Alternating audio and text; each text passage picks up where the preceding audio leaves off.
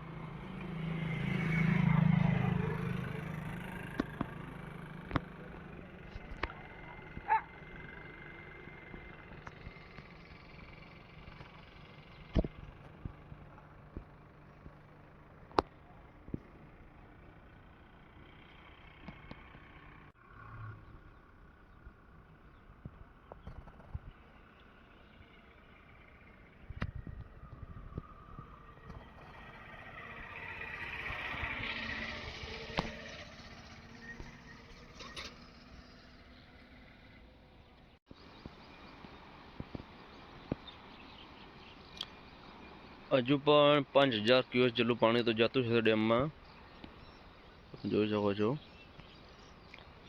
આજે પાછળ છે ચેક ડેમ છે બનાસ નદી ઉપર બાંધેલો અમીરગઢમાં તે.